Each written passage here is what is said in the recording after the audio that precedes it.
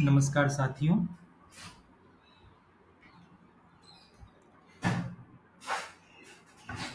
Connect with HR classes में आपका स्वागत है।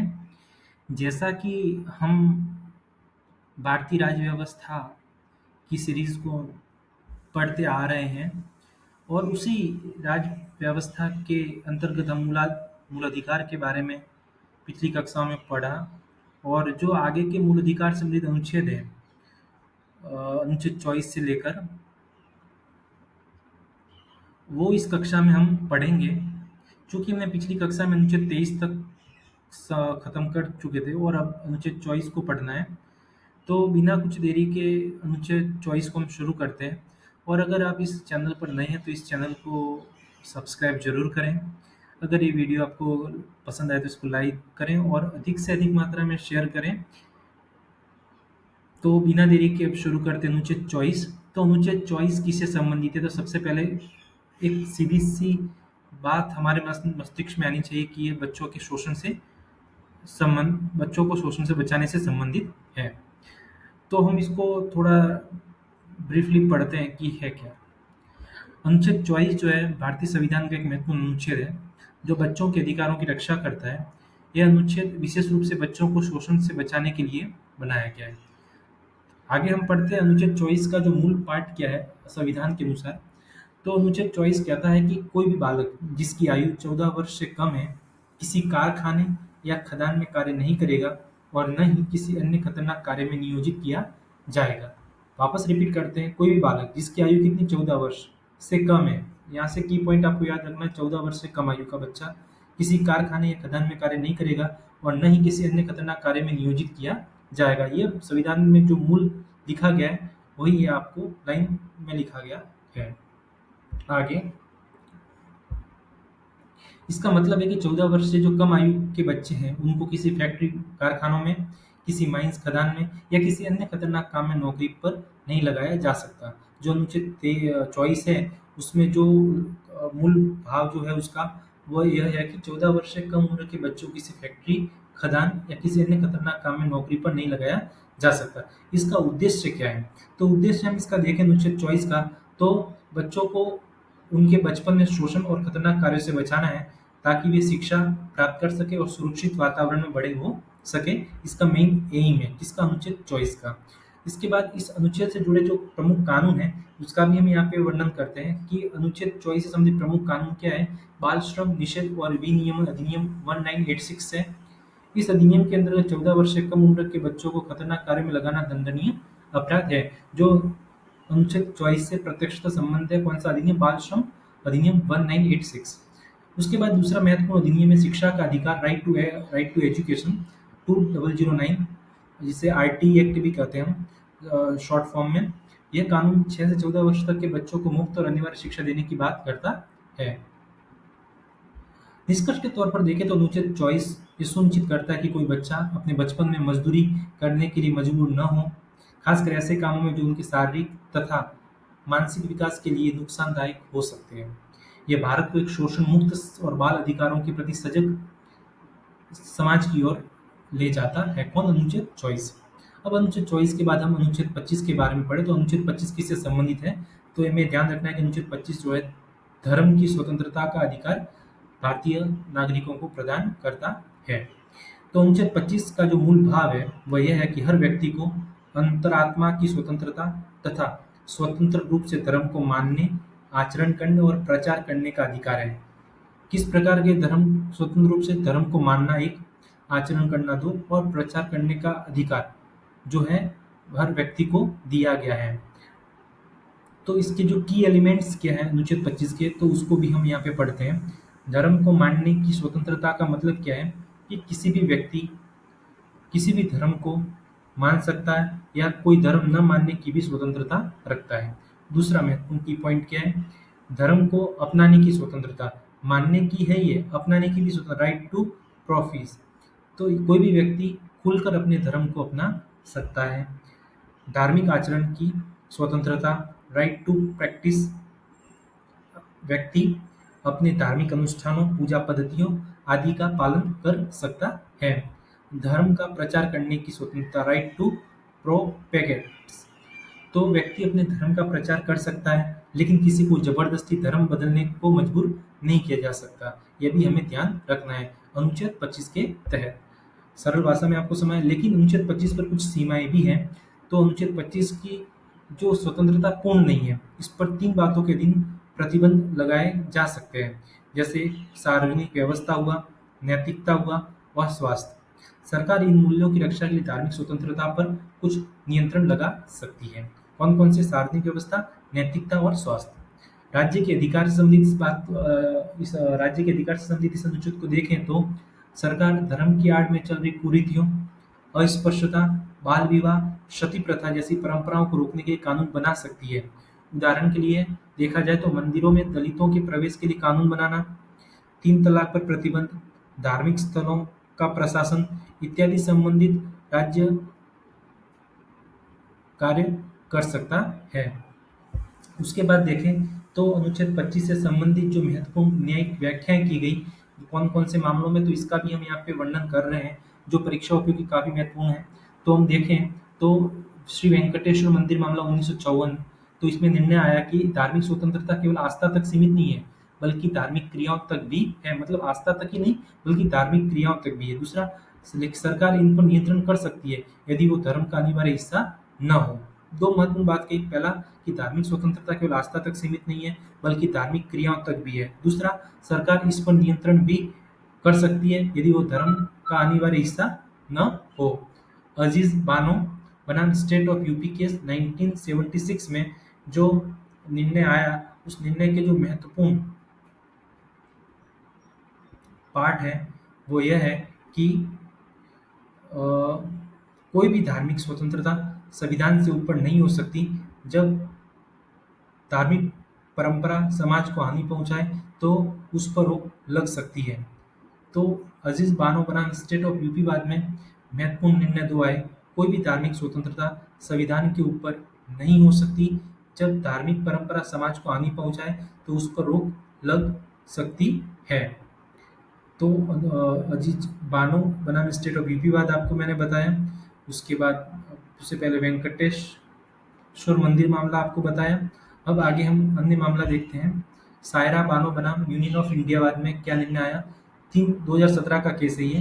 3 तलाक इस्लाम का आवश्यक धार्मिक अंग नहीं है। महत्वपूर्ण केस, और इस महत्वपूर्ण केस में महत्वपूर्ण निर्णय भी आया कि 3 तलाक, तो ट्रिपल तलाक है, इस्लाम का आवश्यक धार्मिक अंग नहीं है, इसलिए अनुच्छेद 25 द्वारा संरक्षित नहीं है।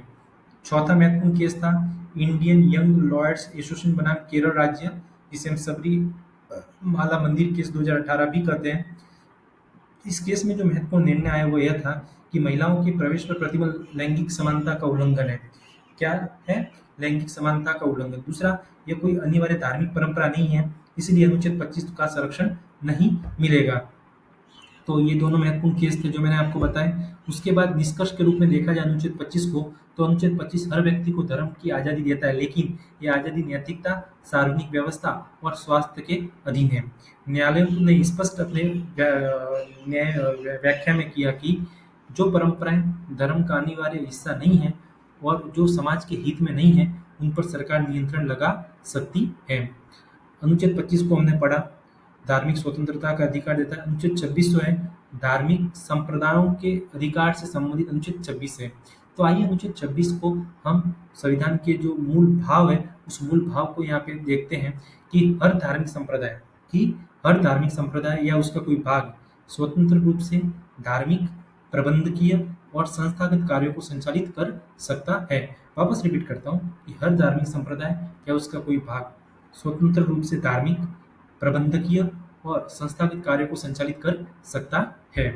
अनुच्छेद 26 में क्या क्या अधिकार दिए गए हैं उनको हम सरल भाषा के रूप में समझें तो कोई भी धार्मिक संप्रदाय जैसे हिंदू हुआ, मुस्लिम हुआ, चर्च, गुरुद्वारा आदि से संबंधित जो संस्थाएं हैं, निम्नलिखित अधिकार प्राप्त इस अनुच्छेद के तहत करती है। पहला, धार्मिक कार्यों को स्वतंत्र रूप से संचालित करने का अधिकार, मंदिरों, मस्जिदों, गिरजाघरों आदि में पूजा पद्धति चलाने का अधिकार है।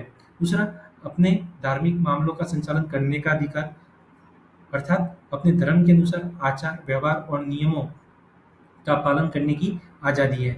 तीसरा, धार्मिक और धर्मार्थ उद्देश्यों के लिए संपत्ति रखने और उनका प्रबंध करने का अधिकार।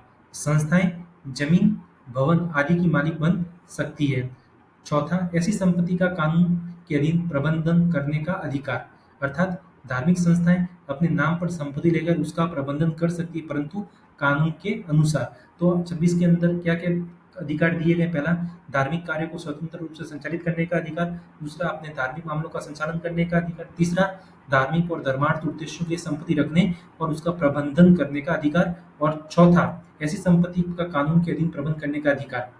ठीक है, तो मैंने आपको जो 26 के अंतर्गत जो चार अधिकार दिए गए हैं उनके बारे में आपको बताया। आगे हम देखते हैं कि किन सीमाओं के अधीन है ये अधिकार। कौन से, किन सीमाओं के अधीन है ये अधिकार अनुच्छेद 26 के? तो ये अनुच्छेद 26 के जो अधिकार है पूर्ण रूप से निरंकुश नहीं है। इन पर भी वही 3 सीमाएं लागू है जो अनुच्छेद 25 के अधीन है। जैसे कौन सी? सार्वजनिक व्यवस्था, नैतिकता और स्वास्थ्य। राज्य इन आधारों पर हस्तक्षेप कर सकता है। इसी अनुच्छेद 26 के संबंध में हम अगर महत्वपूर्ण न्यायिक व्याख्याएं देखें तो पहला, शिरूर मठ केस 1954। इसमें महत्वपूर्ण निर्णय में आया कि धार्मिक संप्रदाय का मतलब किसी विशेष धर्म के अनुयायियों का समूह है। दूसरा महत्वपूर्ण बात थी इसकी, धार्मिक संस्थाएं भी संविधान के तहत मौलिक अधिकारों की हकदार होती है। तीसरा महत्वपूर्ण इसका व्याख्या थी, राज्य केवल धर्म का अनिवार्य अंग नहीं माने जाने वाले कार्यों में हस्तक्षेप कर सकता है। 3 महत्वपूर्ण बातें कौन सी थी? धार्मिक संप्रदाय का मतलब किसी विशेष धर्म के अनुयायियों का समूह है। दूसरा, धार्मिक संस्थाएं भी संविधान के तहत मौलिक अधिकारों की हकदार होती है। तीसरा, राज्य केवल धर्म का अनिवार्य अंग नहीं माने जाने वाले कार्यों में हस्तक्षेप कर सकता है। अनुच्छेद 25 और अनुच्छेद 26 में अंतर देखें तो अनुच्छेद 25 और अनुच्छेद 26 में मूलभूत अंतर यह है कि सबसे पहले किसके लिए है? अनुच्छेद 25 जो है व्यक्तियों के लिए, अनुच्छेद 26 जो है धार्मिक संप्रदाय या संस्थान के लिए है। इसके प्रकार की बात करें तो ये व्यक्तिगत धार्मिक स्वतंत्रता की बात करता है अनुच्छेद 25, अनुच्छेद 26 करता है सामूहिक धार्मिक अधिकार की बात करता है। विषय इसका देखिए 25 का धर्म को मानना और प्रचार करना, जबकि अनुच्छेद 26 का मतलब है धार्मिक संस्थाओं का संचालन और प्रबंधन। तो हमने 25 और 26 में जो मूलभूत अंतर है उसको हमने एक सारणी के माध्यम से समझा है। अंततः निष्कर्ष के रूप में देखें अनुच्छेद 25 और 26 के अंतर्गत तो अनुच्छेद 26 का जो निष्कर्ष यह है कि अनुच्छेद 26 धार्मिक समूहों को संस्था की स्वतंत्रता देता है ताकि वे अपने धर्म और धार्मिक कार्यों को स्वायत्त रूप से चला सके। ये भारत की धर्मनिरपेक्षता और धार्मिक बहुलता को बनाए रखने में महत्वपूर्ण भूमिका निभाता है। अनुच्छेद 27, अनुच्छेद 25, अनुच्छेद 26, अनुच्छेद 27, अनुच्छेद 24 को हमने इस कक्षा में पढ़ा है। अनुच्छेद 24 बाल बच्चों के शोषण से बचाने के लिए, अनुच्छेद 25 व्यक्तिगत धार्मिक स्वतंत्रता, अनुच्छेद 26 संस्थागत धार्मिक स्वतंत्रता, अनुच्छेद 27 कर का उपयोग धार्मिक कार्यों में नहीं। तो इसका मूल लेख है अनुच्छेद 27 का, कर का उपयोग धार्मिक कार्यों में नहीं। तो कोई भी व्यक्ति ऐसा कोई कर देने के लिए बाध्य नहीं किया जाएगा, कोई भी व्यक्ति ऐसा कर देने के लिए बाध्य नहीं किया जाएगा जिसकी आय किसी विशेष धर्म या धार्मिक उद्देश्य को बढ़ा देने में खर्च की जाए। तो इसका मूल पाठ है जो संविधान में लिखा गया है। अगर इसको सरल शब्दों में इसकी व्याख्या करें तो अनुच्छेद 27 से सुनिश्चित करता है कि राज्य मतलब सरकार किसी व्यक्ति को ऐसा कर नहीं वसूल सकती जिसका पैसा किसी विशेष धर्म या धार्मिक कार्यों के प्रचार में खर्च किया जाए। मतलब ये है कि सरकारी टैक्स का पैसा धर्म के प्रचार के लिए इस्तेमाल नहीं किया जा सकता। सरल शब्दों में मैंने आपको समझाया 27। उसके बाद इसका उद्देश्य क्या है? तो इसका उद्देश्य है भारत को एक धर्मनिरपेक्ष राष्ट्र है। दूसरा, इसलिए सरकार को किसी एक धर्म का पक्षपात करने का अधिकार नहीं है। सभी धर्मों के साथ समान व्यवहार किया जाना चाहिए। उद्देश्य इसका क्या है? भारत चूंकि एक धर्मनिरपेक्ष राष्ट्र है इसलिए सरकार को किसी एक धर्म का पक्षपात करने नहीं चाहिए और इसका अधिकार भी सरकार को नहीं है।